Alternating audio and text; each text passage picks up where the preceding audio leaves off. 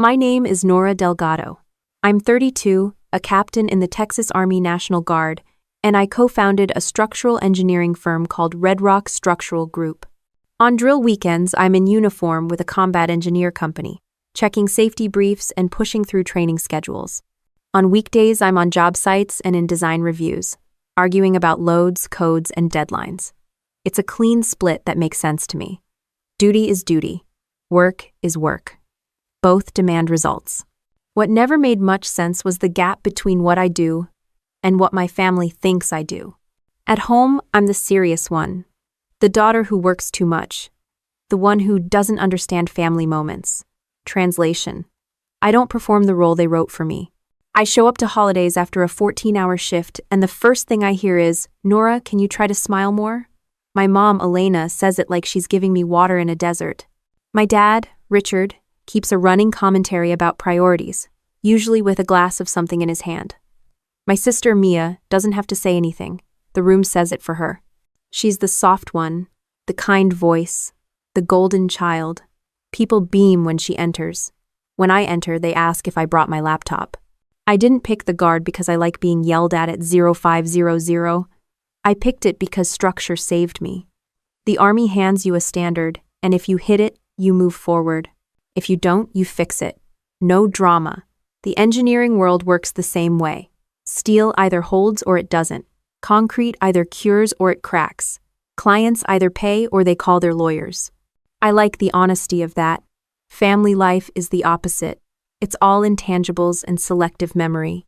Red Rock started as a side hustle with a friend from a big firm.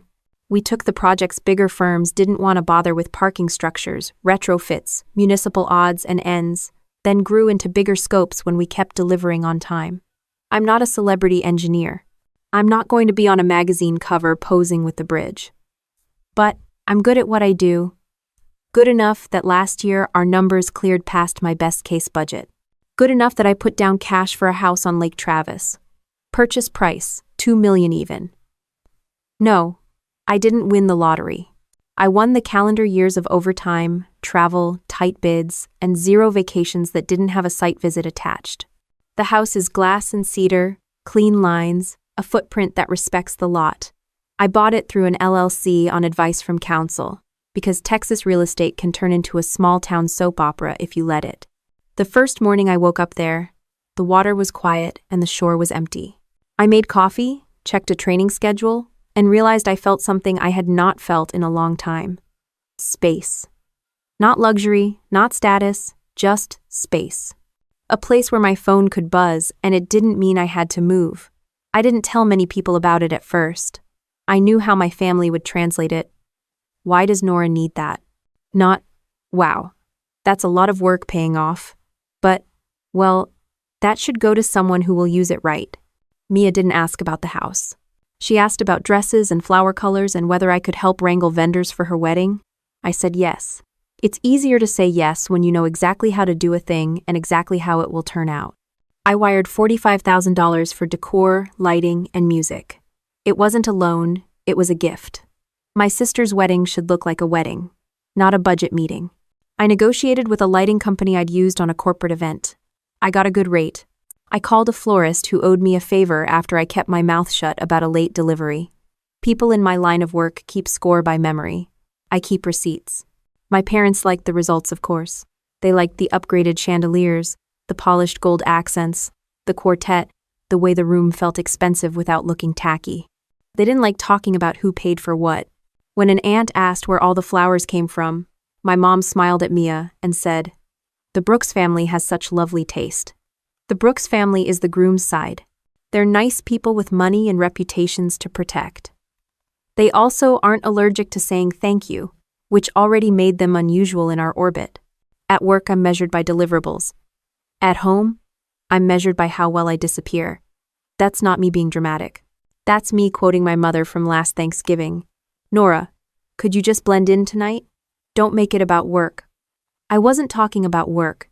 I was asking who was driving home so I could have exactly 1 glass of wine, without getting a lecture about soldier behavior. The funny part is, I don't drink on family nights because I like to keep my head clear. You learn quickly in uniform that clear heads survive messy rooms. The wedding was set for Bayou Crest Pavilion in Houston. It's the kind of place that photographs well from any angle and bills you like. It knows you have a Pinterest board to satisfy. We had a walkthrough 3 weeks out. I watched Mia glow while my mom adjusted a veil that didn't exist yet. My dad lingered by the bar station and told the coordinator to make sure the bourbon selection shows we're not cutting corners. He didn't ask if that was in the budget. It was, because I had put it there. Nobody asked how. They asked if I could also call someone about valet because parking is a nightmare in that part of town. Parking is a nightmare in that part of town. I called someone. If you're waiting for the part where my dad turns into a Hallmark card and says he's proud of me, stop waiting. He knows what I do. He just thinks what I do belongs to everyone. He runs a construction company, Riverbend Constructors, and lately he's been chasing contracts with veteran-owned preferences. He has also been eyeing my guard status like it's a golden ticket. I told him no on that, more than once. You don't leverage your service to pad someone else's proposal. The answer stayed no, even after he started using the phrase family legacy. Nothing makes my blood pressure spike like people who use family as a crowbar. I kept training through the month, kept my day job on schedule, kept the wedding logistics moving. People say I have a command voice. I have a project manager voice that happens to work on soldiers, subcontractors, and drunk uncles equally well. By the time the week of the wedding hit, we had a lock on vendors and load-in, and I had 12 separate checklists living in my phone. Mia sent me photos of table runners at midnight. I told her which one wouldn't snag on glitter heels. She sent me heart emojis. I sent her the invoice. About the house, I knew it would show up in conversations. Not because I talk about it, because other people do. My mom thinks a lake house equals selfishness if you're single and wisdom if you're married. My dad thinks any asset in the family is flexible if you bring it up in public and attach the words gift and tradition. They've done smaller versions of it for years. Nora, can you spot Mia for this? Nora, could you cover that deposit? Nora, it would mean a lot if you upgraded the cake. The cake got upgraded. The gratitude got lost in transit. I don't do grudges. I do boundaries. In the guard, you set a line and you hold it. In engineering, you set a spec and you enforce it. In my family, lines are optional and specs are suggestions. So I write them down. I make them clear. I say, no, I'm not putting anyone on my LLC paperwork. I say, no, I'm not co-signing on anything you want to call a surprise. And when the tone in the room shifts and people start talking lower, I leave the room. It's a low-drama policy that works until someone decides drama is the point. The day before the wedding, I drove from Austin to Houston after drill. I arrived late, checked in, and walked the pavilion one more time with the night manager. Chairs straight, cables taped. No open flames near fabric. The usual. I slept okay for someone who doesn't love hotel pillows. In the morning, I ironed a navy dress that falls right at the knee, pinned my hair back, and put on pearl studs because they don't snag on anything. I texted Mia a photo so she wouldn't worry I'd show up in boots. She texted back, "You look perfect." I texted a thumbs up and headed to the venue with a list in my pocket and flats in my bag for cleanup. I got there early enough to catch the quartet tuning and the florist unloading. The lighting tech asked for an outlet count. I handed him the schematic I requested 2 weeks earlier. He blinked like magic just happened. It didn't. It was an email. My mom arrived a little later with a small army of relatives who love to touch place cards like they're reading fortunes. My dad drifted in behind them. He looked at the room and smiled like he built it. I let it go because it was Mia's day, and because I have a job. Keep the machine humming so the bride doesn't see the gears. People assume a soldier wants control because she craves power. I want control because I like clean outcomes. You can't control everything. You can control the checklist. You can control your response. You can control whether your keys are in your left pocket or lost under a centerpiece. I moved through the ballroom adjusting small things. I watched Mia try on her smile in a mirror, then settle into it for real. I watched the Brooks family handle a minor hiccup with grace. I watched my mom float on compliments. I watched my dad pick up a glass he didn't need. By noon, the space was ready. By 1, the guests were arriving. By 2, the air felt like a full room does when people think they're about to witness something flawless. That feeling lasts until something real cuts through it. I stood near the back, checked the timeline on my phone, and took one slow breath. Not because I was nervous, because I was about to do what I always do when everything is on the line: pay attention. I straighten my uniform jacket on the back of the chair and stare at my reflection in the hotel mirror. The face looking back isn't just the woman who stood up to her dad at a wedding, it's also the kid who grew up in a house where loyalty meant silence and where ambition was treated like a threat. That memory still burns fresh. I was born in a 2-story house in Arlington, Texas. My dad, Richard Delgado, ran Riverbend Constructors. My mom, Elena, stayed home but practically ran the social calendar. My little sister, Mia, was the princess. From day one, everyone called her sweet, delicate, the future teacher, the one who'd give our parents grandkids. I was serious, too smart for my own good, and a handful. Even at 5 years old, I noticed how every compliment floated to Mia like confetti, while I got told to tone it down. At school, the pattern held. Mia was elected class ambassador, adored for her charm. I joined the junior ROTC program because it gave me structure and a sense of merit that didn't depend on looks or small talk. My parents hardly showed up to my drill competitions. They came to every one of Mia's school plays. It wasn't subtle. By high school, the split was open. Mia breezed through her classes, dated the quarterback, and collected awards for volunteer work. I spent my nights training with the ROTC unit and poring over engineering books, dreaming of designing real structures. My dad called it acting like a man. My mom asked, "Who's going to marry a girl who's never home?" I learned to swallow the sting and keep moving. At 18, I signed my enlistment papers for the Texas Army National Guard and left for basic training the week after graduation. Nobody threw me a party. They barely hugged me at the bus station. Meanwhile, Mia got a backyard celebration for her acceptance into a local college. The Guard changed everything. In uniform, no one cared about my family drama. The standards were clear, the discipline strict but fair. I thrived. I learned leadership, logistics, and how to stand my ground. Those skills became my armor.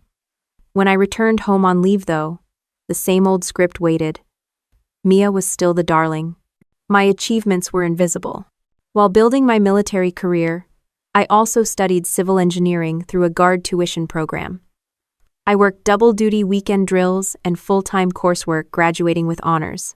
By my late 20s, I was a captain overseeing infrastructure projects while co-founding Red Rock Structural Group with a fellow officer. We took on contracts that blended military precision with civilian needs: bridges, emergency shelters, and training facilities. I earned enough to buy a lakeside house on Lake Travis, $2 million paid in cash. It was the first time in my life I owned something no one could belittle. Telling my parents about the house felt like handing them a loaded weapon. My dad smirked. "What's a single woman need with that much space?" My mom said, "It'll be perfect for me as future kids to visit." They turned my hard work into a future, hand-me-down before I'd even moved in. Still, I kept showing up. I sent money when they said the roof needed repairs. I helped Mia with tuition gaps. I flew home for birthdays and holidays even when missions left me exhausted. Each time, my success was repackaged as family property. Each time, I bit my tongue. Months before Mia's wedding, I got the invite with a handwritten note from my mother. It would mean a lot if you could be generous. No details, just expectation. I transferred $45,000 for decorations and music, used my contacts to secure a top-tier florist and lighting company, and arranged a string quartet at a fraction of the price. My name was left off the program entirely. Guests were told Mia's fiancé's family had footed the bill. The days leading up to the wedding were a parade of digs. "Don't wear something too flashy, Nora," my mom said on the phone. "You know this is Mia's moment." My dad called twice, his voice thick with liquor, talking about family sacrifices, like it was a hint. By then, I'd built a reputation in the Guard for calm under pressure. But at home, every old nerve was raw. The morning of the wedding, I woke early, ironed the navy dress I'd chosen, tailored, elegant, but not bridal party flashy, and walked into the Grand Crest Hotel ballroom. Crystal chandeliers sparkled overhead. Rows of roses lined the tables. The quartet tuned their instruments in the corner, everything I'd quietly arranged. My stomach tightened. I adjusted a row of candles on a table, trying to steady myself. Guests whispered just loud enough, Still single at 34. Imagine all that education with no kids. At least Mia gives her parents what they deserve. Each remark was a paper cut on top of 1,000 others. Near the grand windows, I let myself picture my Lake Travis house. Sunrise on the deck, coffee in hand, the only place I felt like a whole person. That mental snapshot gave me a sliver of calm. But deep down, a question formed: how far would they push me this time? My dad passed by, glass already half empty, though the ceremony hadn't begun. He clapped me on the shoulder hard enough to sting. Family comes first, Nora. You'll understand one day when you have your own. It sounded less like advice and more like a warning. I swallowed the bitterness. Of course, Dad. Anything to keep the peace. Even as I answered, something shifted inside me. Years of guard training had taught me to read the field before a mission. The signs were there. The liquor, the digs, the secrecy around the gift. I busied myself with tasks, straightening programs, instructing servers, tidying the guest book to avoid more jabs, but my pulse kept climbing. Across the room, relatives clustered in groups, balancing cocktails and whispering. Some chuckled. Others just stared. Mia floated in and out like royalty, bridesmaids fussing with her veil while my mother beamed. When my mom spotted me in the doorway, she frowned. In that dress, you look like a lawyer, not a sister. I smoothed the front of my dress and simply said, "Good morning." I'd learned long ago that arguing only confirmed their judgment, but each word that morning felt like another layer of setup. As the band played its soft prelude and guests settled at their tables, I stood at the edge of the crowd, smiling politely, laughing when expected, feeling like a ghost at my own sister's celebration. The ballroom shimmered with celebration but buzzed with something else under the surface, a pressure building with every toast. I could see my dad near the bar, refilling his glass. I could see my mom whispering with two aunts, glancing my way. I could hear the phrases floating over the music: big gift, Mia's future, family first. Each fragment landed like a warning flare. In uniform or on a job site, I had authority. Here, I was the outsider holding up the family image while being erased from it. But a part of me, the guard officer who'd built bridges in disaster zones, who'd managed crews under fire, was awake now. That part watched the room like a battlefield, noting exits, angles, who was on which side. The chandeliers sparkled. The roses glowed. The stage was set. And in the middle of it, I adjusted another candle, straightened a program, and waited, heart steady, eyes sharp, for whatever would come next. The string quartet switched from tuning to a soft melody as I moved toward the back of the ballroom, adjusting a crooked chair. My palms felt slightly damp, but my face stayed calm. I had learned to keep my expression neutral, no matter what was going on inside. 2 servers passed carrying trays of champagne. I stepped aside, scanning the room automatically like I did before every guard briefing. Guests were streaming in now, old friends of my parents, distant cousins, people who had never once called me but were happy to fill a seat at a free banquet. They leaned in to whisper as I walked by. A woman in a sequin dress murmured, "She's the one with the house." And her companion answered, "Well, it's about time she did something for her sister." I checked the floral arrangements one more time. Each tall crystal vase overflowed with white roses delivered through a personal favor from a florist I'd met on a military project. All of it had cost me $45,000: lighting, music, flowers, money transferred without hesitation when my mother hinted at helping Mia have her dream day. My name wasn't on any invoice. Guests were told the groom's family had provided everything. Upstairs, a bridesmaid fluttered by me with a stack of programs. She offered a polite smile, but no thank you. I took one from her hand and flipped through. My name didn't appear anywhere, not as a contributor, not even as the sister of the bride. It was like I was a stagehand in someone else's production. I headed toward the service hallway to grab bottled water. On the way, I caught snippets of a conversation between 2 of my mother's sisters. "She's so lucky to have that lake house," one said. "Mia deserves it more, though. She's starting a family," the other nodded. "Elena says it's already taken care of." I paused mid-step. The words landed heavy. Already taken care of. What exactly had my mother promised?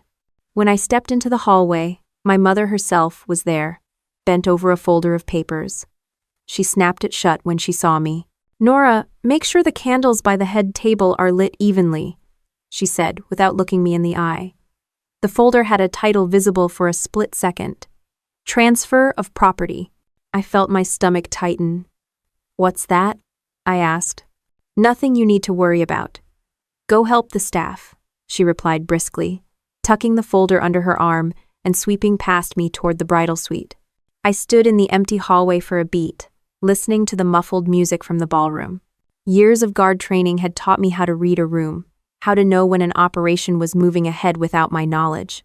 That's exactly what this felt like. Back inside the ballroom, I saw Mia posing for photos with her bridesmaids near the stage. She looked radiant in a beaded gown, her cheeks flushed, her eyes bright with excitement. When she glanced at me, her smile flickered into something I couldn't quite name: nervousness? Satisfaction? I gave a small nod and moved on. I walked the perimeter of the room, double-checking the layout, the gold-trimmed place cards, the crystal glasses, the subtle lighting pattern I had negotiated for half the normal price, all perfect. It was the kind of detail work I excelled at in uniform and in business. The only difference here was that nobody would give me credit. As I crossed toward the bar, my father's laugh rang out, loud and a little slurred. He was talking with a cluster of men in suits, gesturing broadly, whiskey glass in hand. When he noticed me, he lifted the glass slightly in a mock toast. "Family's everything right, Nora?" he called. The men chuckled. I gave a tight smile and kept walking. At the guest book table, a cousin leaned over to his wife and whispered just loud enough. Maybe if she spent less time playing soldier and more time with a man, she'd have kids by now. They both laughed softly. I set a pen back into its holder with steady hands, refusing to give them the reaction they wanted. I slipped out a side door into a quiet corridor and pulled out my phone. A text from a bridesmaid popped up. "You look nice. Can you bring up the spare veil?" "No, please. No acknowledgement. Just an order." I exhaled slowly and typed back. "On it." In the elevator to the bridal suite, I stared at the numbers lighting up. My reflection in the mirrored wall looked composed, but the muscles in my jaw were tight. I thought about the early mornings on base, the endless drills, the way discipline had become my second skin. That same discipline was the only thing keeping me from walking out. When the doors opened, the noise from the suite hit me: laughter, hairspray, clinking glasses. Mia sat in a chair surrounded by bridesmaids. My mother hovered, fussing with the veil. "You look like a princess," she cooed. When she saw me holding the spare veil, she frowned. "And you, Nora? Try not to look so stiff. Smile more. This is a happy day." I handed the veil to a bridesmaid and said nothing. My mother turned back to Mia. "After today, everything will be perfect for you, sweetheart," she murmured. Mia smiled at her reflection, then at me, a tiny tilt of the head like a private joke. Back in the ballroom, the seats were filling. The string quartet's music swelled, guests chatting and sipping drinks. I moved among the tables, checking small details: candles straight, napkins folded, centerpieces aligned. The work kept my hands busy while my mind raced. From across the room, I caught another glimpse of my mother's folder, now tucked into a tote bag near the head table. The words, "transfer of property," burned in my memory. Combined with the whispers I'd heard, the expectation in my dad's voice, and Mia's too smooth smile, the picture was forming. But I kept my face calm. Years of command had taught me that reacting too soon gives away your position. Instead, I focused on the details in front of me: the glassware, the seating chart, the lighting cues. Around me, the chatter grew louder, the clinking of glasses sharper. Near the bar, my dad topped off his drink again. Near the stage, Mia adjusted her gown. Near the head table, my mom whispered to an aunt, glancing my way. Each movement, each look, each fragment of conversation layered another brick onto a wall of suspicion. I straightened a stack of programs and took one last slow look around the ballroom. The chandeliers sparkled overhead. The roses glowed under soft gold light. The music floated like a thin curtain over the noise. And beneath it all, a pressure was building, steady and unseen, like a storm held back by glass. I smoothed the front of my dress and stepped closer to the head table, my eyes scanning every detail, my pulse steady but high, my mind alert to the smallest shift in tone or movement. I adjusted another row of chairs near the dance floor as the string quartet shifted into a livelier prelude. My fingers moved automatically, but my eyes stayed fixed on the head table. The tote bag with my mother's folder was still there, now hidden behind a stack of gift boxes. I noted it like I would note a supply crate before a field inspection. The ballroom smelled faintly of roses and polished wood. Guests were settling in, their voices blending into a low hum. Every few seconds, someone laughed too loudly, the kind of nervous laugh that comes before a big announcement. My guard instincts kicked in again. Scan, assess, anticipate. Across the room, my dad stood at the bar, a tall glass of whiskey in his hand even though it was barely noon. His tie hung loose, his cheeks flushed, his smile a little too wide. He was shaking hands with two of Mia's new in-laws, gesturing toward the stage with a sweeping motion. I caught a snippet. We've got something special planned. The men chuckled like they were in on a joke. I walked toward the edge of the dance floor, keeping my pace steady. My mind replayed every hint of the last week, the cryptic text from my mom, the whispers from the aunts, the folder marked transfer of property. This wasn't random. This was choreography. Near the windows, a group of my cousins huddled together, phones in hand, scrolling.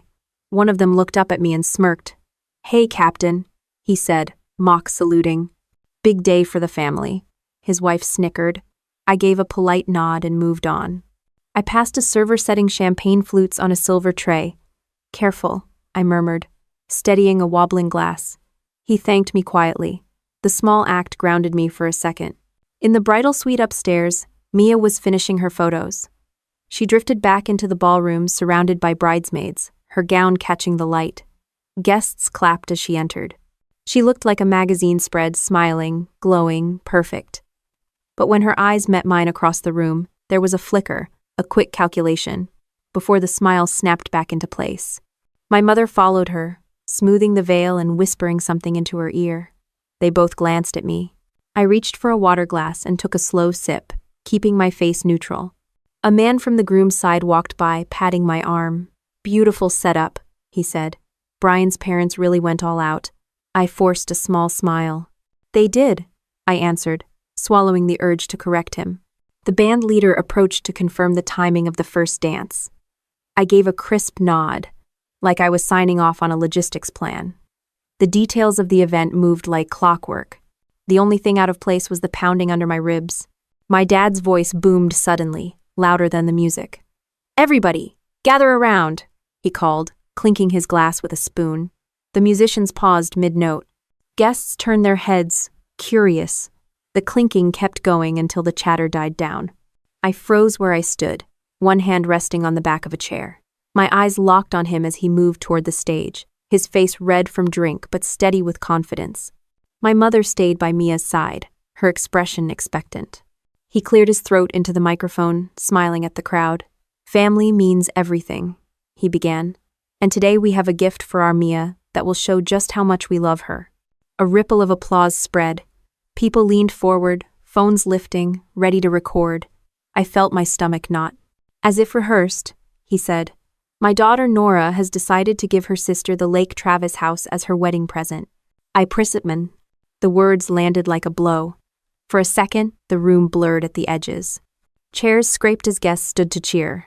Mia covered her mouth in feigned shock, a small smile tugging at the corner of her lips. My mother beamed at the audience like a politician unveiling a new project. I straightened slowly, my heart slamming against my ribs. "That is not true," I said clearly, my voice carrying across the hall. I never agreed. The hush was immediate. The applause faltered. My mother's smile froze. Someone whispered, "Surely she's joking." Heads turned from Mia to me as though I had broken some sacred ritual. Another voice muttered, "Selfish."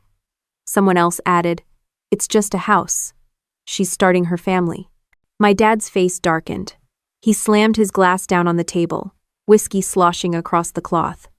"You will not embarrass your sister on her day," he barked into the microphone. I stepped forward, my voice steady. "It's mine, I paid for it. I never agreed to this." The room buzzed with disbelief. Guests shook their heads. Others murmured about money not mattering as much as family. I felt 200 eyes pressing against my skin.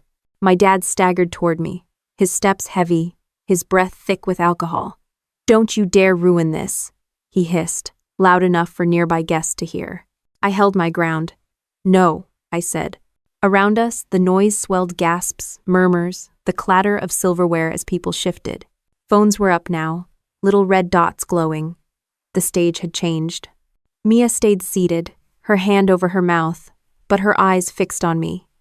My mother whispered frantically to an aunt, glancing at the phone's recording.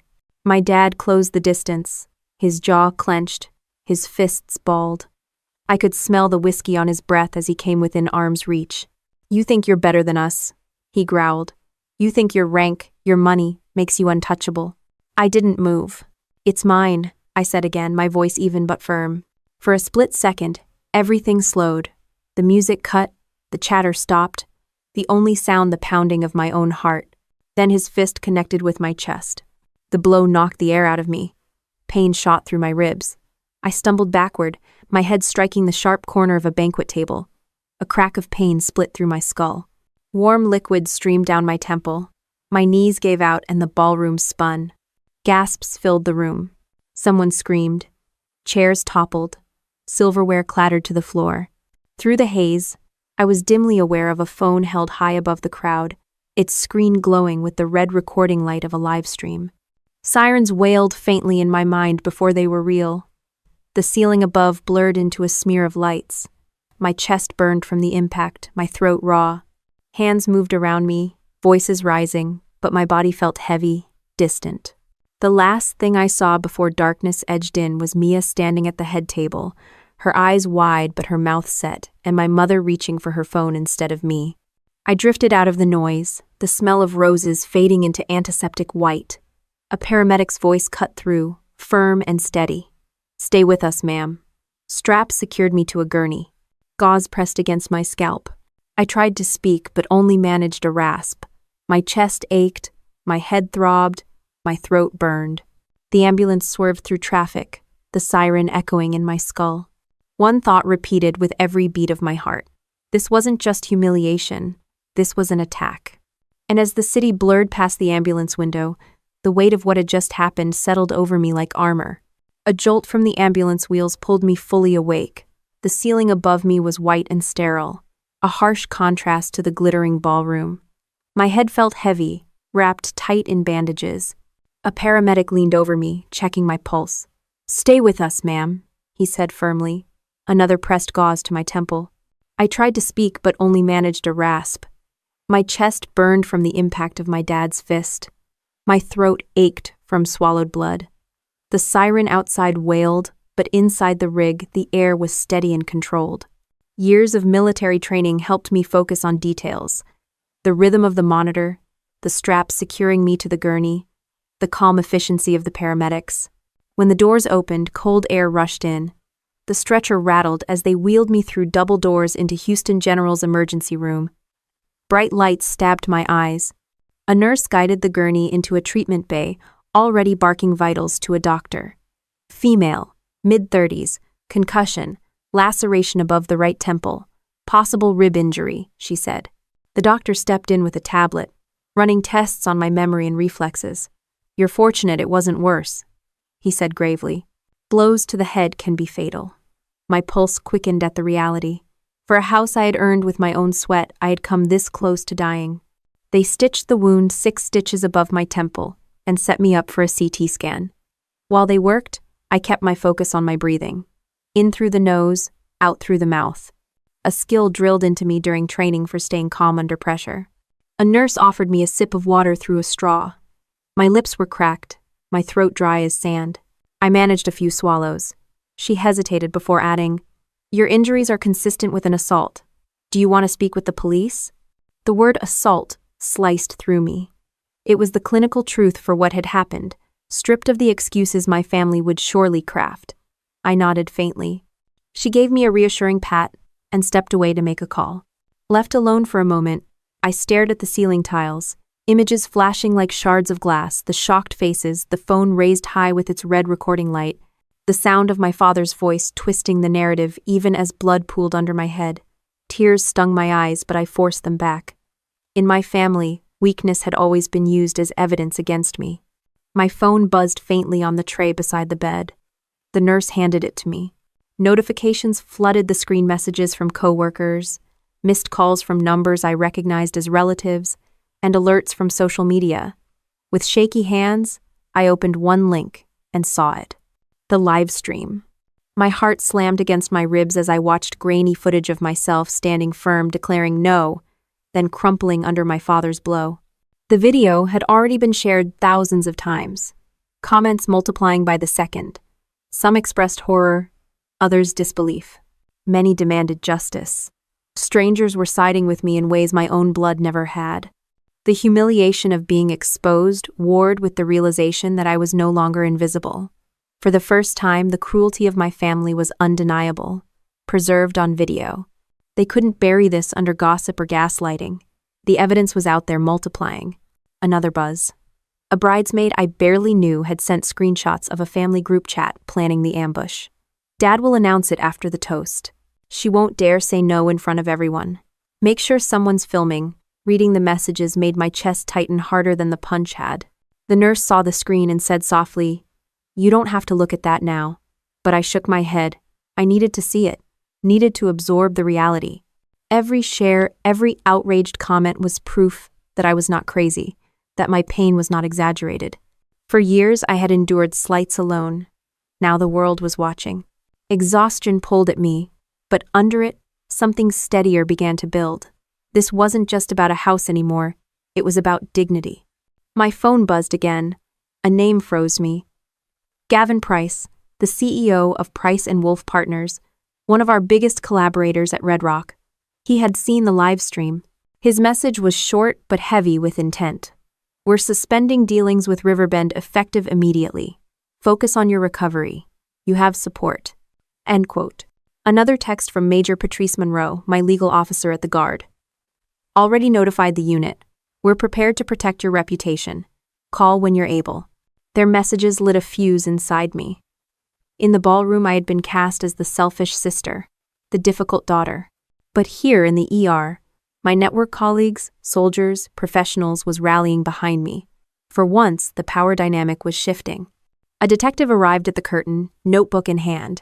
"Miss Delgado?" he asked quietly. I nodded. He took a seat. "We've seen the video. I need your statement."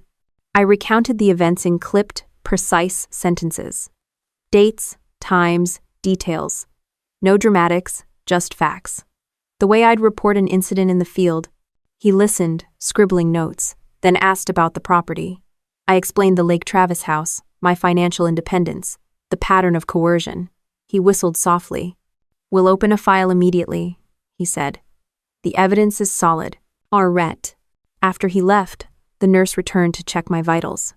My blood pressure had dropped slightly, but my pulse stayed steady. She adjusted the IV and smiled faintly. "You're tough," she said. I managed a half smile. Occupational hazard. Hours passed in a blur of scans, tests, and phone vibrations. Each time I reached for the phone, more messages waited. Fellow officers, old college friends, even strangers. "We saw what happened. We're with you. Don't let them spin this." I scrolled through comments under the video. People dissected every frame, pausing on the moment of impact, the shock in guests' faces, the red stains spreading across the white tablecloth. In less than a day, the livestream had reached hundreds of thousands of views. Even as my body ached, a new clarity settled over me. The video, the screenshots, the public outrage, these were more than sympathy. They were leverage. For years, my family had counted on silence and shame to keep me compliant. Now that silence was broken. I closed my eyes for a moment, breathing through the pain. The bandages tugged at my scalp. The bruises on my chest throbbed, but under it all a sharper force stirred. Anger, yes, but also resolve. The kind of resolve that had carried me through training, deployments, and sleepless nights building Red Rock. I opened my eyes and stared at the phone in my hand. My father had struck me in front of 200 people. My mother had tried to spin the story as though I were to blame. Yet the truth had escaped their control because of a glowing red dot on a groomsman's phone. The live stream was already beyond their reach. Snippets were trending on Twitter, Facebook, Instagram. News outlets were picking up the story. For the first time in my life, the silence that had always trapped me was shattered. A final buzz. A message from Gavin Price again. "We'll back you legally if needed. Don't let them rewrite this." I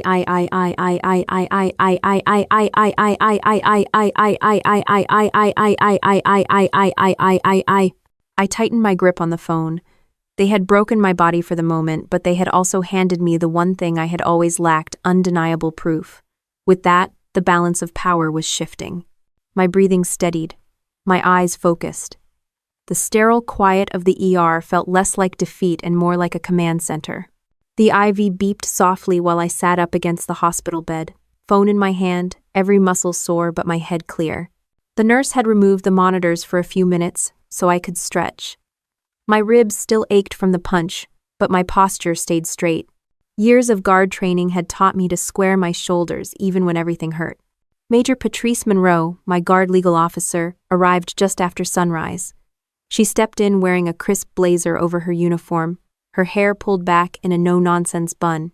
She didn't waste time on sympathy. "You're stable enough to talk?" she asked. I nodded. She sat down, opened a folder, and laid out a checklist. "Protective order first. We'll document every transfer you made for that wedding. We'll lock down your property and your reputation before your father tries to spin this." Her efficiency was like oxygen. "Do it," I said. Within minutes, she was on the phone with Base Legal, her pen moving quickly. She had already pulled my bank records showing the $45,000 I'd transferred to my parents for the wedding costs. She added screenshots from the bridesmaid proving the ambush was planned. She attached the viral video link and timestamps of the assault. "This is airtight," she muttered. "If they try anything, they're done." Next came Lenora Bates, a civilian attorney I'd met through a veterans mentoring program. She breezed into the room carrying a leather briefcase and a tablet. "I've seen the footage," she said without preamble. "We'll file for a protective order, and we'll prepare a civil claim for damages if needed. You'll stay quiet publicly. Let the evidence talk." I looked at the two of them, one in uniform, one in a sleek navy suit, feeling the shift in power physically. For years, my parents had acted like I was alone. Now, two professionals were sitting at my hospital bed treating this like an operation. Lenora tapped her screen, pulling up the deed for my Lake Travis house. "Title is clean, paid in full by you. No liens, no co-owners. But the paper trail for your wedding contributions is essential to show coercion. You'll forward me every email and text." "I already did," I said. "Check your inbox." She smiled. "Good soldier," Major Monroe added. "We'll also notify your chain of command. You're a captain in good standing. The guard will not tolerate your reputation being dragged through the mud over a family stunt." That hit me harder than I expected. My career, my reputation, these were the only things I'd built entirely on my own. Hearing them say they'd protect it made something in my chest unclench. The hospital room became a command center. Patrice Monroe called Base Legal. Lenora drafted a statement for the court. A paralegal from Lenora's firm came by with a portable scanner to digitize every document I had. Even the ER bill was added to the file. By late morning, my phone buzzed with an alert. Price and Wolf Partners had formally suspended dealings with Riverbend Constructors, my father's company. Gavin Price's message followed. "Contract termination effective immediately. We support you." Another buzz from a guard colleague. "Your story's everywhere. Stay strong, we've got your back." Even as my body hurt, the pattern became obvious. The live stream had flipped the script. My father's power came from deals and reputation.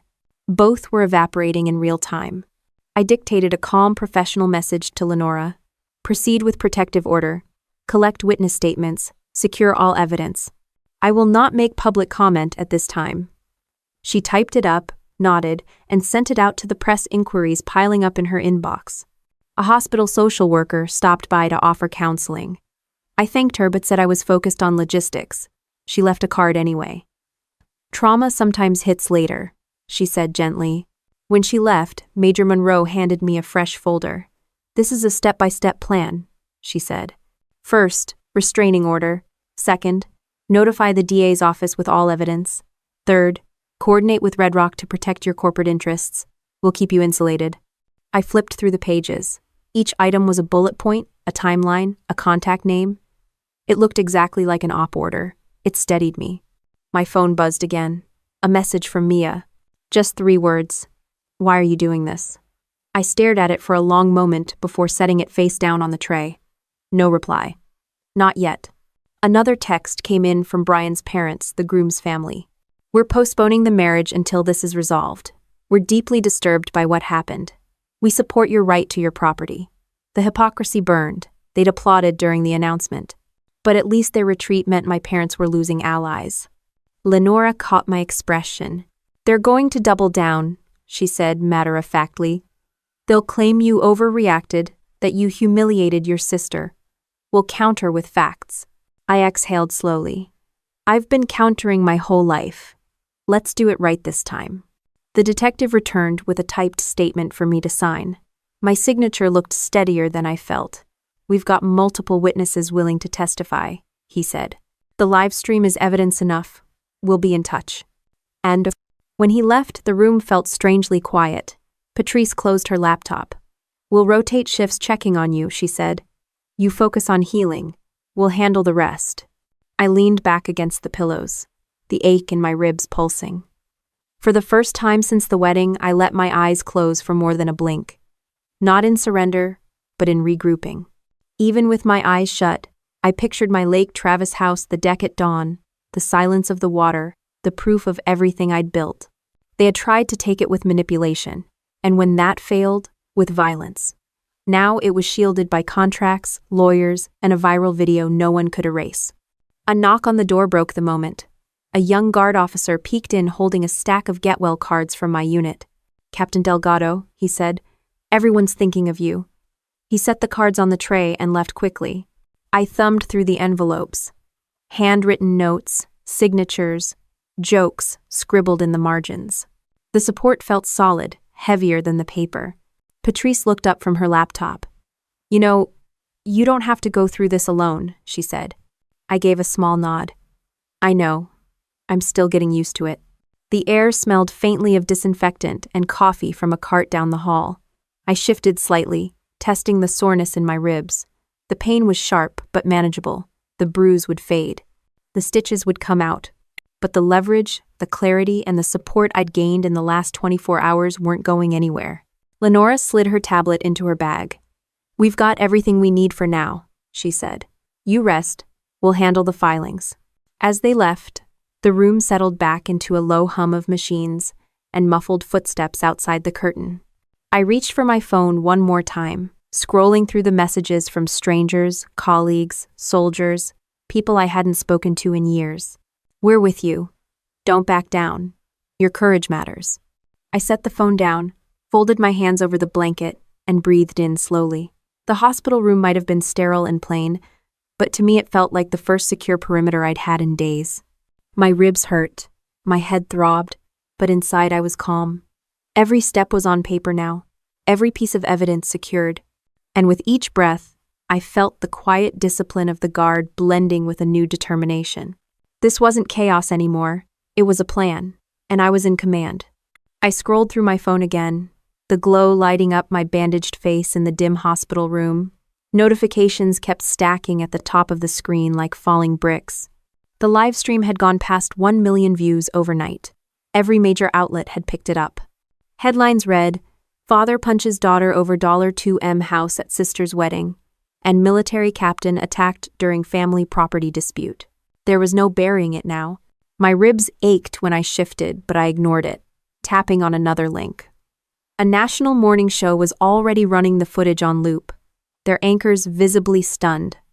The comments on social media were blunt. Some were furious at my father, some at my mother, some at the culture of entitlement that thought a woman's hard-earned property was communal. Under the clip, a veteran had written, "She stood her ground like a soldier. Respect." That one made my throat tighten for a second. Major Patrice Monroe came back into the room with fresh coffee. Contracts are falling apart, she said without even sitting down. Riverbend lost 3 more this morning. Price and Wolf suspended all projects. 2 suppliers followed. Your dad's investors are panicking. Lenora Bates joined her, holding a folder full of printed-out posts. Your mother is making it worse, she said flatly. She posted a long rant on Facebook about her ungrateful, career-obsessed daughter. Screenshots are everywhere. People are mocking her. I reached for the folder. The printouts showed my mother's words. My eldest has been poisoned by corporate culture. She would destroy her sister's wedding for her pride. Underneath were thousands of comments from strangers tearing her apart. So, you're mad she didn't give away $1 to M House? Blood isn't family. Respect is. Lady, your husband's on video punching her. I set the folder aside and picked up another envelope from the stack of mail my unit had sent. Inside were notes from female soldiers I'd mentored. We're proud of you. You're proof we don't have to apologize for success. My chest ached, but for once it wasn't from pain. The hospital TV on mute showed a press conference outside Riverbend's headquarters. Reporters swarmed as a company spokesman tried to dodge questions. No comment at this time, he repeated. The caption at the bottom read, DAW investigating Whitman assault. Patrice took a sip of coffee. The district attorney's office called. They've opened an assault investigation. They want to coordinate with us on evidence. We'll provide everything we have. Lenora tapped her pen against her notepad. This is where we stay disciplined. No interviews, no reactive statements. We let their behavior speak for itself while we lock down every legal angle. And? I nodded. Understood. Years of guard protocol made that easy. Stay on mission, don't feed the fire. Another buzz from my phone. Brian's parents had issued a public statement. We are deeply disturbed by the incident at our son's wedding and have postponed the marriage until further notice. Our sympathies go to Captain Delgado. Their polite distancing was clear as glass. I flipped to a different app and saw a trending hashtag with my name. Women were sharing their own stories of being pressured to hand over assets to family.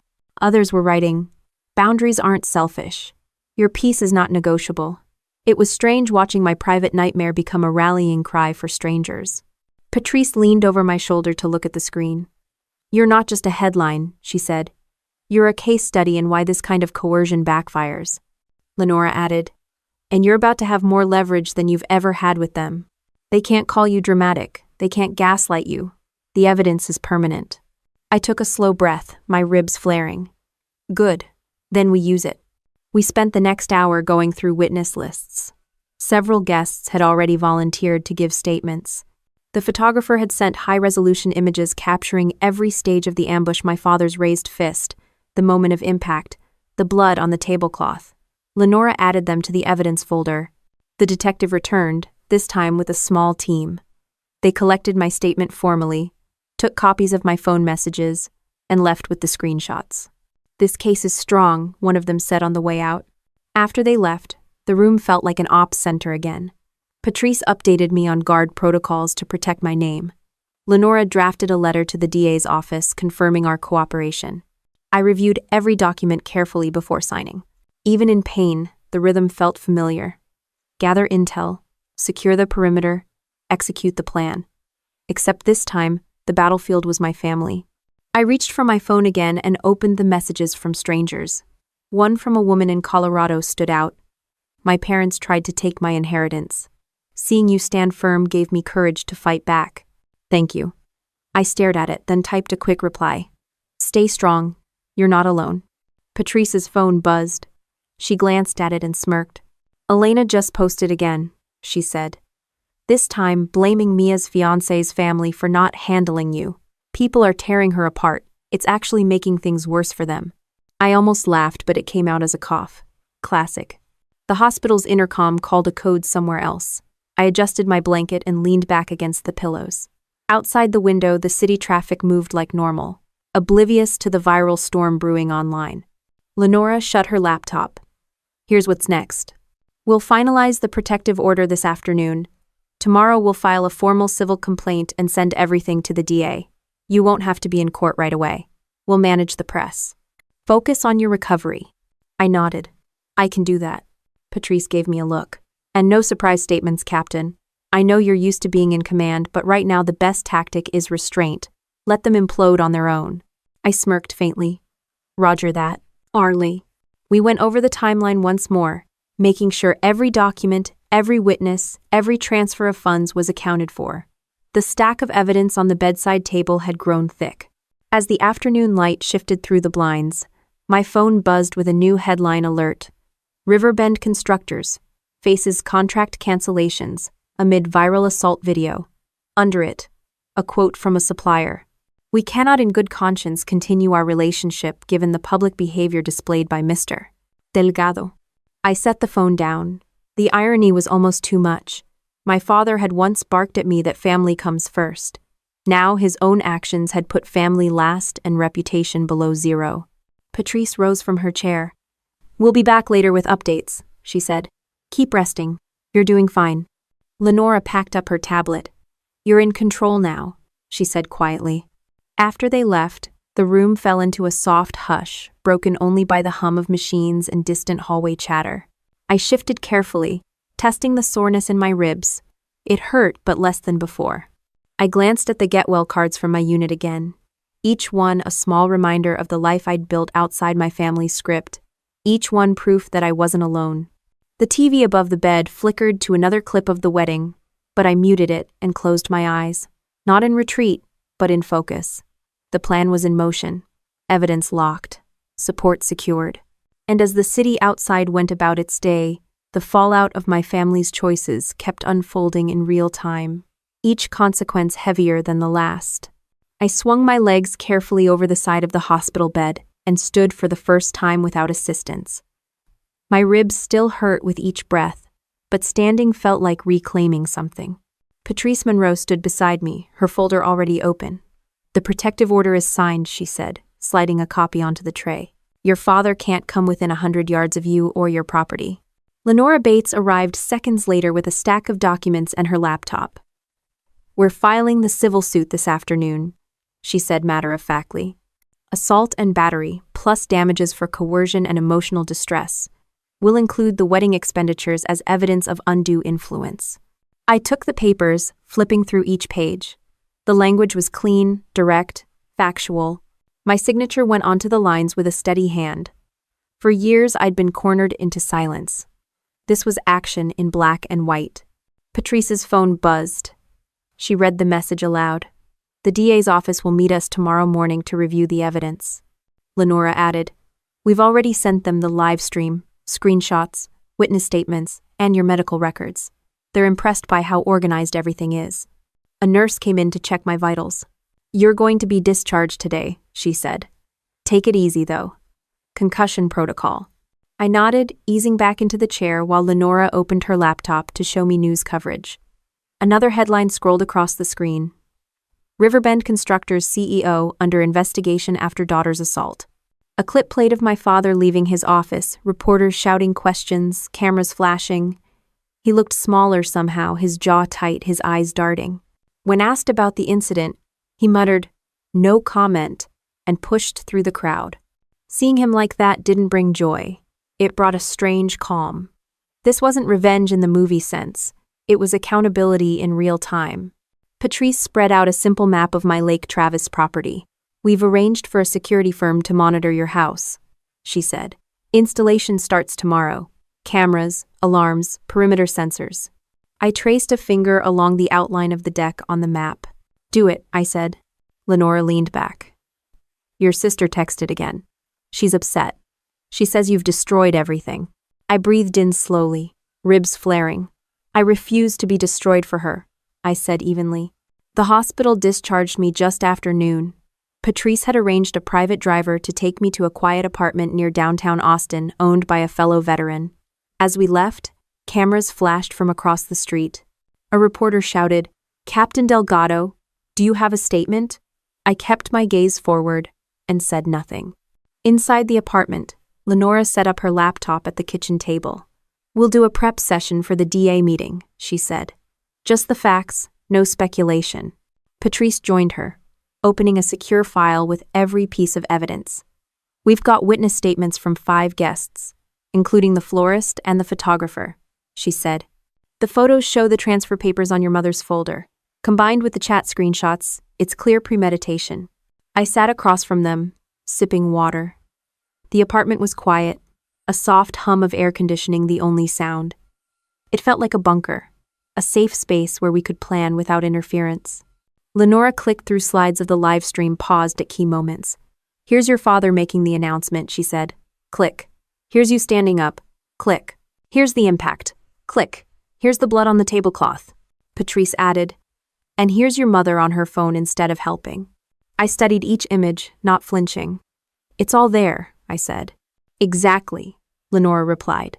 That's why we're going to win. We spent the next 3 hours building a timeline. Money transfers, emails, texts, the protective order, the assault, the live stream, everything in order like an operations manual. At one point, Patrice looked up. You know, Captain, the guard has procedures for family emergencies. You could request leave. I'm staying on duty, I said immediately. This won't derail my career. She gave a small, approving nod. That's the right call. Lenora finished typing and turned the laptop toward me. Here's the draft of our opening statement for court. It's not emotional. It's a recitation of facts backed by evidence. I read it slowly. Each sentence was a nail in the coffin of the narrative my parents had tried to spin. No rhetoric, no dramatics, just truth. I felt something settle inside me as I read. Outside, the sun dropped lower, throwing slanted light across the kitchen table. Patrice closed her folder. Security for your house confirmed. They'll meet us there at 8 a.m. Lenora said. Price and Wolf's legal team offered to provide an affidavit about Riverbend's behavior. That's a big deal. I leaned back, letting the chair support me. Then we lock it all down. Another text buzzed on my phone. A message from an unknown number. You're ruining our family. Stop before it's too late. I showed it to Lenora. She took a photo and added it to the evidence folder without a word. Patrice reached for her coffee. You've spent your whole life following orders, keeping the peace. This time, you're in command. Don't forget that. I met her eyes. I won't. End quote. We rehearsed my answers for the DA. Every question they might ask, every piece of documentation I'd need. By the time we finished, the table was covered in neat stacks of paper and digital files. When Patrice and Lenora finally packed up, the apartment was silent again. I walked to the window, looking out at the city lights flickering on. My ribs still hurt, my head still ached. But the chaos had become structure. On the counter sat my phone buzzing with more notifications.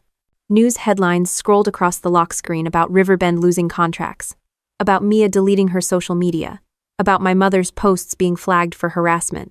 I ignored it all for a moment and poured a glass of water, the simple act grounding me. I drank slowly, watching the condensation run down the glass. Everything I had built my career, my company, my house, was intact. The attempt to take it had backfired so completely, it was almost surreal. But there was nothing magical about it. It was discipline, documentation, and the unintentional power of a live stream. I set the glass down, squared my shoulders, and walked back to the table where the folders lay waiting. The signatures, the evidence, the timeline, all tools for the next phase. My pulse was steady. My breath was even. In uniform or out of it, this was still my mission. And now every move was mine to make. The morning sun over Lake Travis cast a pale orange glow across the water as I unlocked my front door. The security team had already been at work since dawn. New cameras on the corners, motion sensors along the driveway, fresh locks on every entrance. The smell of sawdust and coffee mingled in the air as contractors drilled and tested alarms. This wasn't paranoia, it was prudence.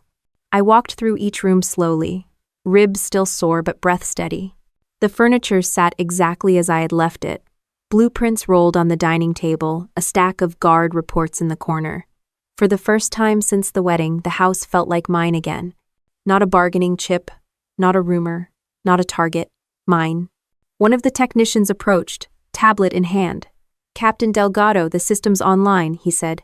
You'll get alerts to your phone instantly. Cameras record to a secure cloud. Thank you, I said, scanning the live feed on his screen. Every angle of the property was covered. Years of command had taught me to secure my perimeter. Now it was literal. I signed the work order and stepped out onto the deck. The lake shimmered under the rising sunday. The same deck my father had joked would make a great play area for Mia's future kids, now stood fortified under my own name. I rested my hands on the railing and let the breeze hit my face. Behind me, my phone buzzed. Another message from Mia lit up the screen. You destroyed everything. I stared at it for a long moment, then typed back, I refuse to be destroyed for you. I hit send without hesitation. No punctuation debates. No second guessing. A moment later, another buzz. This time from Patrice Monroe. DA officially filed charges this morning.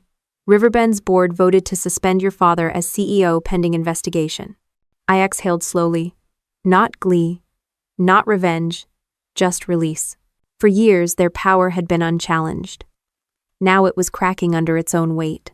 I poured a cup of coffee in my kitchen and sat at the island. My laptop chimed with a video call request from Lenora Bates. She appeared on screen in her office, stacks of files behind her. "The settlement offer came through," she said. "Full reimbursement for your wedding contributions, written apology, and a commitment to stay off your property. It's in writing." I leaned back slightly. "They'll sign it?" "They already have," she said, holding up the signed documents. "We'll file it with the court today." I let out a breath I hadn't realized I was holding. "Thank you." She gave a small smile. "You earned this. We just gave it shape." After we ended the call, I turned my attention to Red Rock Structural Group. My co-founder had been managing operations during the chaos. A flood of emails showed new contracts coming in municipal bridge repairs, an emergency shelter project, a training facility bid from the Guard. The public exposure had oddly boosted our credibility. People wanted to work with a company whose founder had stood up for herself under pressure. I spent the next few hours answering emails, approving project plans, and coordinating with my Guard unit. The familiar rhythm of logistics and engineering steadied me. Each completed task felt like laying another brick in a foundation separate from my family's dysfunction.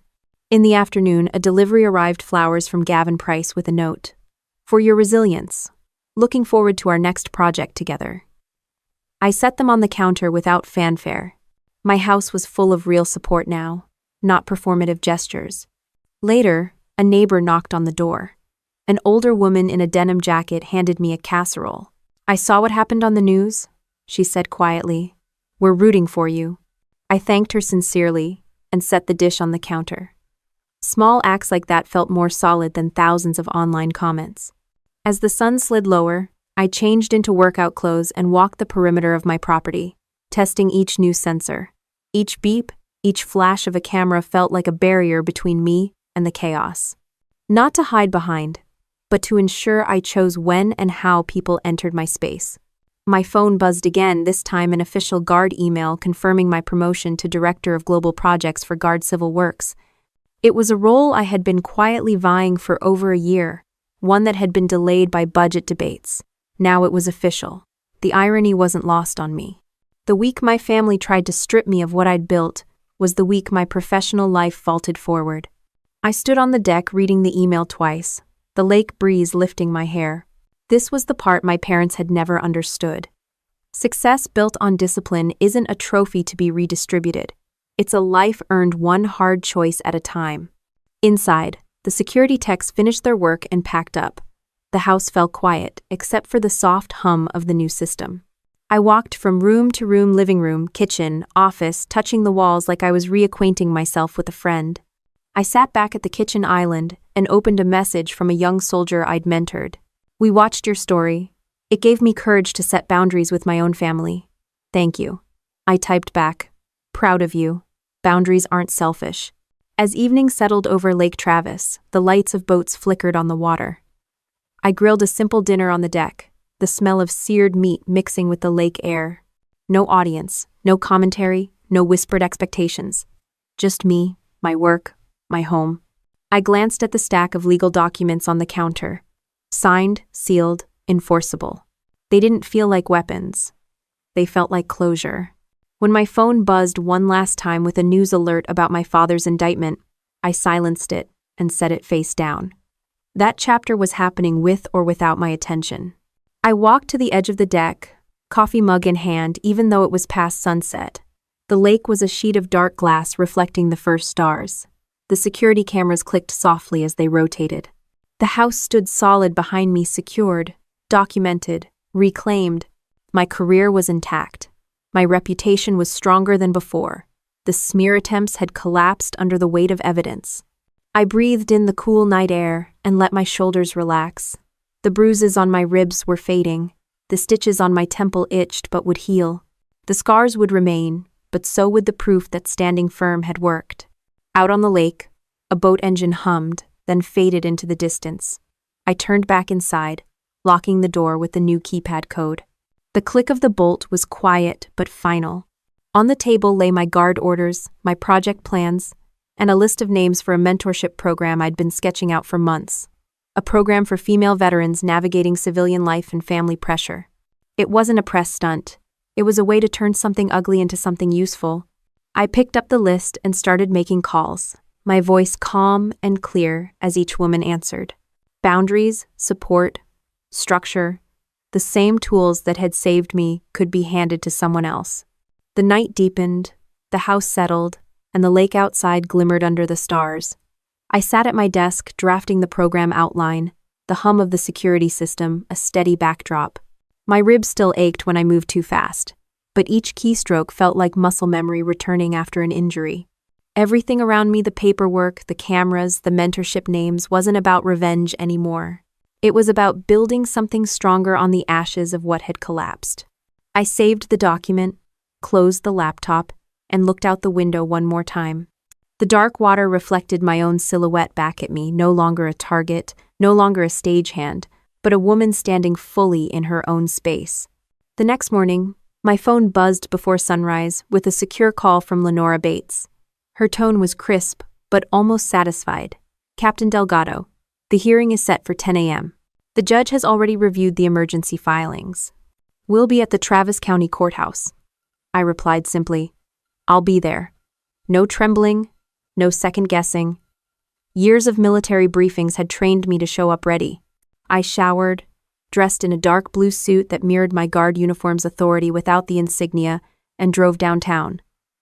The courthouse stood tall and pale against the morning sky. Outside, reporters and camera crews gathered behind barricades, murmuring as I approached. I kept my eyes forward, and badge clipped discreetly to my bag, not for show but for access. Inside, the hallway smelled of coffee and copier toner. Lenora and Patrice Monroe waited near a bench. Patrice handed me a folder with neat tabs. We've got the live stream screenshots, the transfer receipts, the ER records, and statements from 5 witnesses, including a bridesmaid who flipped completely after she saw the video go viral. I flipped through the folder quickly. Each tab was another nail in the coffin of their narrative. Patrice's presence was steady, the kind of calm that comes from deployments and courtrooms alike. Remember, she said quietly, this isn't about vengeance. It's about clarity. End of 20 section. We entered the courtroom at exactly 9:55. My parents were already seated at the respondent's table with their attorney, a slick man in an expensive suit who looked like he regretted taking this case. Mia sat behind them, arms crossed, avoiding my eyes. The judge entered, a woman with sharp glasses and a reputation for moving fast. Let's get to it, she said. I've reviewed the emergency protective order request. Lenora stood and presented the evidence with the precision of someone who'd rehearsed every line. Screens lit up with stills from the live stream. The announcement, my refusal, the punch, the blood. The courtroom stayed silent except for the clicking of the projector. My father shifted in his seat. My mother whispered furiously to their lawyer. The judge raised a hand. Enough whispering. Miss Bates, continue. Lenora's voice stayed even. We are not here for a property dispute. We are here because my client was assaulted in a public setting while being coerced to transfer an asset she owns outright. We ask for a full protective order and immediate enforcement of corporate safeguards already triggered under contract. Patrice added context about my guard service, my record, my leadership, my clearances not as theater but to establish the risk to my reputation if false narratives spread. The opposing lawyer tried to argue that it was a family misunderstanding blown out of proportion. The judge cut him off with a raised eyebrow. I've seen the footage. Don't insult my time. When it was my turn to speak, I stood without notes. Your Honor, I said plainly, I earned that house. I contributed to that wedding. I refused a demand. My father hit me hard enough to send me to the ER. That is not misunderstanding. That is violence. My voice didn't waver. The judge nodded once. I've heard enough. She signed the protective order on the bench. Effective immediately. Any violation will result in arrest. She turned to my parents. And you, sir, can expect a call from the DA's office about separate charges. Court is adjourned. The gavel hit like a clean break. Outside the courthouse, cameras flashed. Reporters shouted questions about the wedding, the video, the lawsuit. I said nothing, just walked to the curb where Patrice's car waited. She drove, while Lenora texted updates to Ethan Price, who was coordinating the corporate side. As we merged onto the highway, my phone buzzed with a notification from Red Rock's internal portal. 3 new municipal contracts had been approved overnight. The scandal had inadvertently made us a case study in ethics and resilience. By noon, Patrice had arranged a meeting at the Guard legal office. We sat around a conference table while a public affairs officer outlined how they would respond to media inquiries. "We're emphasizing your service and our support," she said. "We're not feeding the gossip cycle." I nodded. "Keep it short and factual. No spin." Afterward, Lenora handed me another document, a draft civil suit for damages. "We're not filing today," she said, "but this is ready if they backslide." I scanned it quickly. It was airtight. Years of contracts had taught me to read legal language like blueprints. Back at the lake house that evening, I logged onto a secure video call with Gavin Price. His background showed a sleek conference room. "Clara," he said, using my first name with a rare softness. "The board just voted to cut all Riverbend bids permanently. They're finished." I leaned back in my chair. "Thank you for holding the line. You did the hard part," he said. "We just made sure it stuck." When the call ended, I sat quietly for a moment. The headlines online were relentless. Texas Guard Captain wins protective order after viral wedding attack. Corporate safeguards shield female executive from family coercion. It was surreal, but it was also leverage. I spent the next few hours drafting an internal memo to Red Rock's staff. No drama, just facts: what had happened, how we were handling it, and how our projects would continue without interruption. Transparency calms teams. I'd learned that in both engineering and the Guard. At dinner time, I reheated the neighbor's casserole and ate on the deck. The bruises on my ribs still ached, but every bite tasted like progress. The lake was calm, dotted with a few fishing boats. My phone buzzed with messages from soldiers I'd served with. "Saw the news. Proud of you." "About time someone said no. Respect." I replied to each briefly but sincerely. Military culture values straight talk. As night fell, Lenora texted one more update. "Your father's board meeting ended. He's suspended. Investors already moving to replace him." I set the phone down and exhaled. The fight hadn't been about titles or even about the house. It had been about refusing to be erased. I walked the perimeter one last time under the new security lights, the gravel crunching under my boots. Each step felt like a small rehearsal for normalcy. Check the perimeter, secure the area, return to base. But this time, the base was my home, not a deployment. Inside, I opened my laptop and sketched the outline for the Female Veteran Mentorship Program. Names, goals, logistics, all the things that make an idea real. The program wasn't a trophy. It was a plan to hand tools to others before they hit the same wall I had. The house hummed softly with its new systems. Outside, the lake reflected a scatter of stars. I typed steadily, ribs aching but hands sure, turning hard experience into structure on the screen. Nothing about this day felt like a finale. It felt like a continuation of the same discipline that had gotten me through every obstacle before. The courtroom, the headlines, the contracts, they were all just pieces of a bigger structure I was still building, brick by brick, choice by choice. I slid my phone onto the counter and stared at the lake outside the window. The still water felt like a steady pulse against everything that had just happened. My ribs still ached, but each breath came easier. In the quiet, I pulled out a legal pad and began mapping out the mentorship program for female veterans.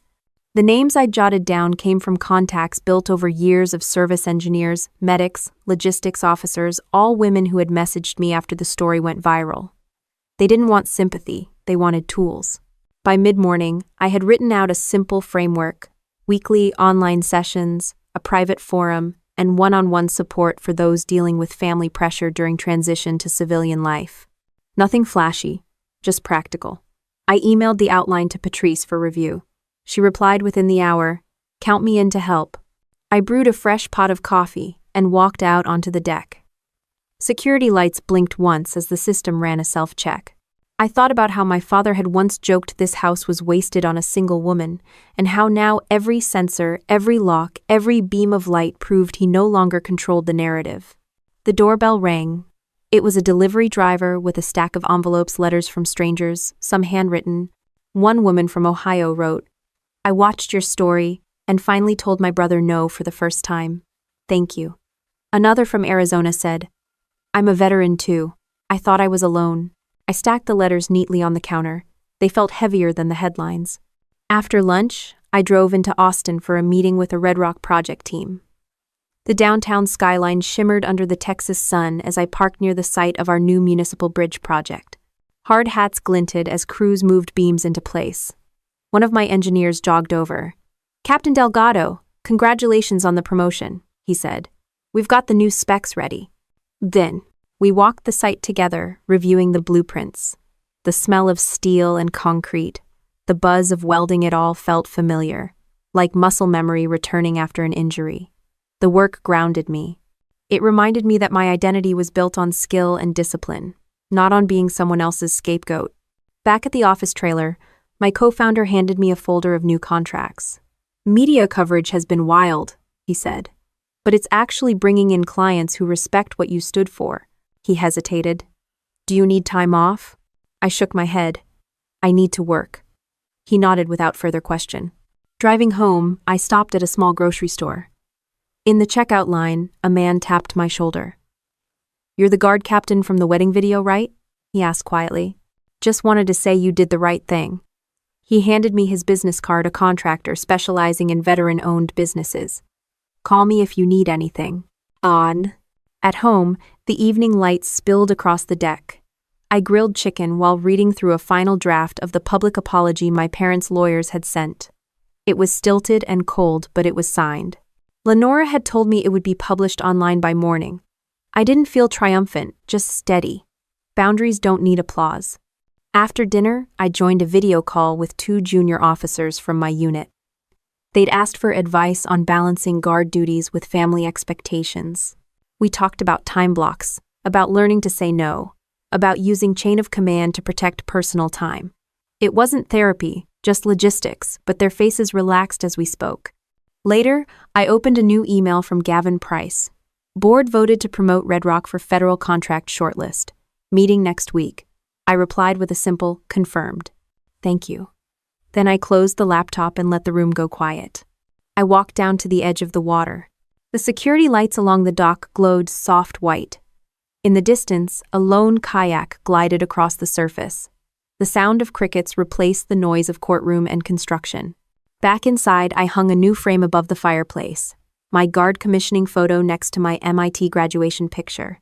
For years, my family had ignored both. Now they hung side by side in my own home, proof of work no one could erase. The mentorship program emails started pinging again. Women volunteering to mentor, others signing up to be mentees. It was moving faster than I expected. I created a simple spreadsheet to track names and skills. Organization is its own kind of relief. Before bed, I opened one more letter from the stack on my counter. It was from a teenager whose mom had shown her the video. I didn't know you could tell your parents no, she wrote. I thought I had to do whatever they said. I'm going to start saving for my own place now. I folded the letter carefully and set it aside. The house was quiet, the air cool, the security system humming softly. I walked each room again, checking locks out of habit. Not from fear, but from discipline. My ribs still ached, but my stride was firm. I sat at my desk and added one more line to the mentorship outline: teach boundary, setting early. Then I saved the file, closed the laptop, and leaned back in my chair. The lake outside reflected the moon like a thin blade. The cameras clicked once as they adjusted focus. Everything about the scene was simple walls, water, paperwork, but it felt like the opposite of chaos. I poured a final cup of coffee, even though it was late, and stood at the window. The glass was cool under my palm. This wasn't a return to normal, it was a build of something entirely my own. The night stretched quiet and steady. Emails and contracts could wait until morning. Right now, the only sound was the soft thrum of crickets and the steady beep of a motion sensor confirming that everything within these walls was secure. I looked at the mentorship names again, each one a story waiting to be built stronger. The work ahead didn't feel like a burden, it felt like a blueprint. I finally had the freedom to draft on my own terms. The morning started with cool air drifting through the open windows, carrying the smell of cedar from the trees along the lake. I brewed coffee and stood at the kitchen island, scanning overnight emails about Red Rock's federal contract shortlist. The promotion in the Guard had already been processed. My new orders were waiting in my inbox. Each line of text felt like a clean line on a blueprint, solid, measurable, earned. I set my mug down and opened a box that had arrived the night before. Inside was a plaque from the Guard Civil Works office congratulating me on my new position. It wasn't fancy, just simple lettering, but it carried weight. I propped it on the shelf above my desk next to the mentorship program outline. The program had doubled in size in 2 weeks, filling up with female veterans and active duty soldiers looking for guidance. Patrice had already agreed to host the first webinar, and Lenora offered to cover legal basics for anyone facing family pressure. At 9 a.m., I joined a video call with Gavin Price and my co-founder. They gave me updates on new municipal bids, contract renewals, and an upcoming project in Arizona. Their tone was matter-of-fact, professional, no pity, no awkwardness. Just business with a side of respect. After we wrapped up, I closed the laptop and looked around the house. It was quiet, steady, and mine.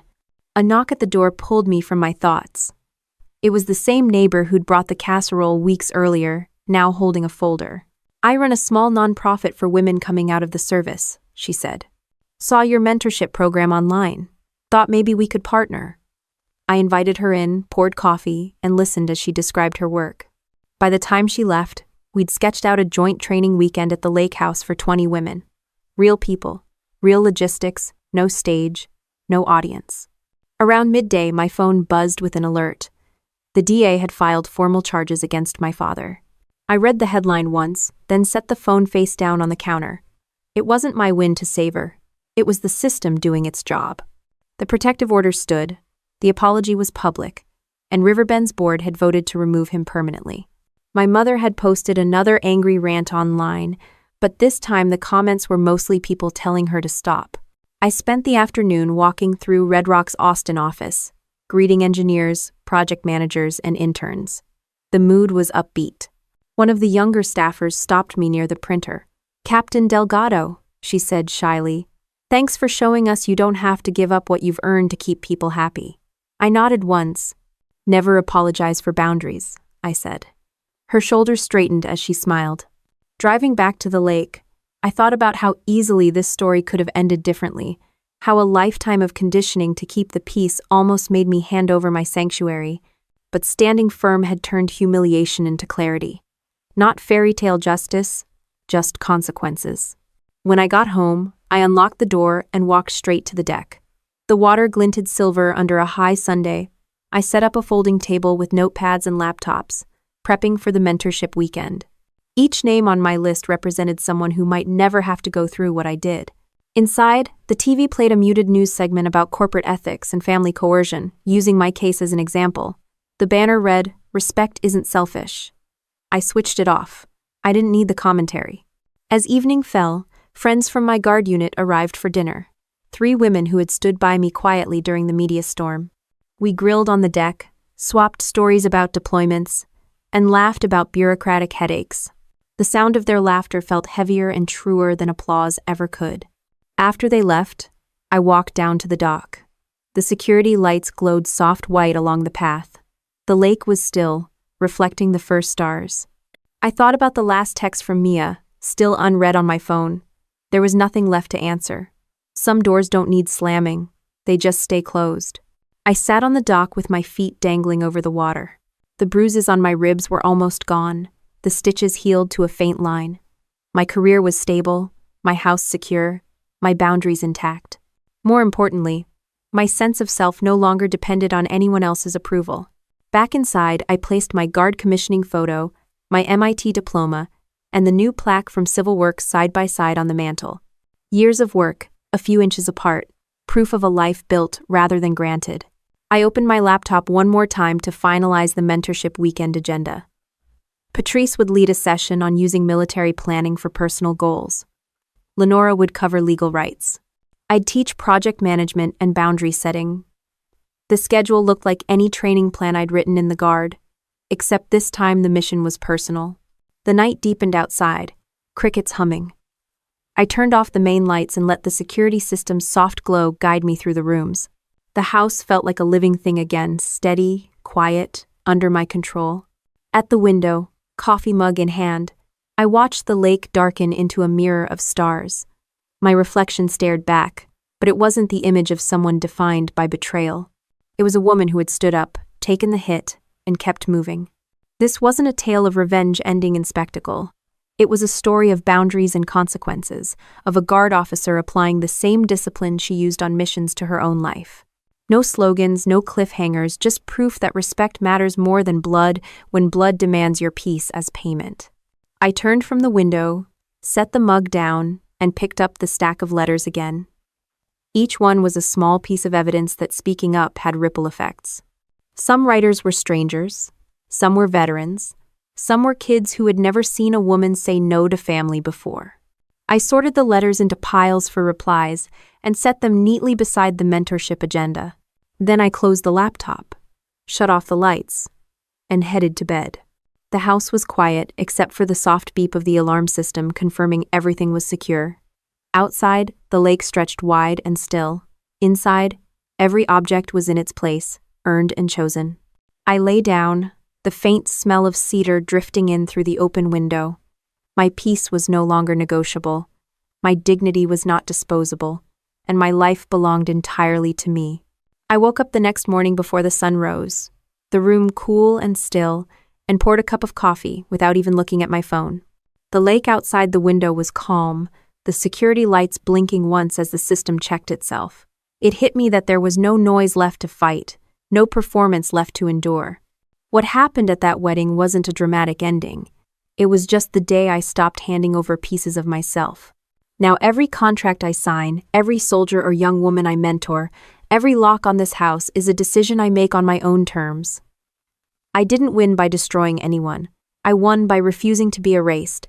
Boundaries aren't selfish. Respect isn't a favor. And blood without respect isn't family. Looking out at the water, I know exactly what I've built and why it matters. My peace isn't negotiable, and that's not a slogan, it's a way of living.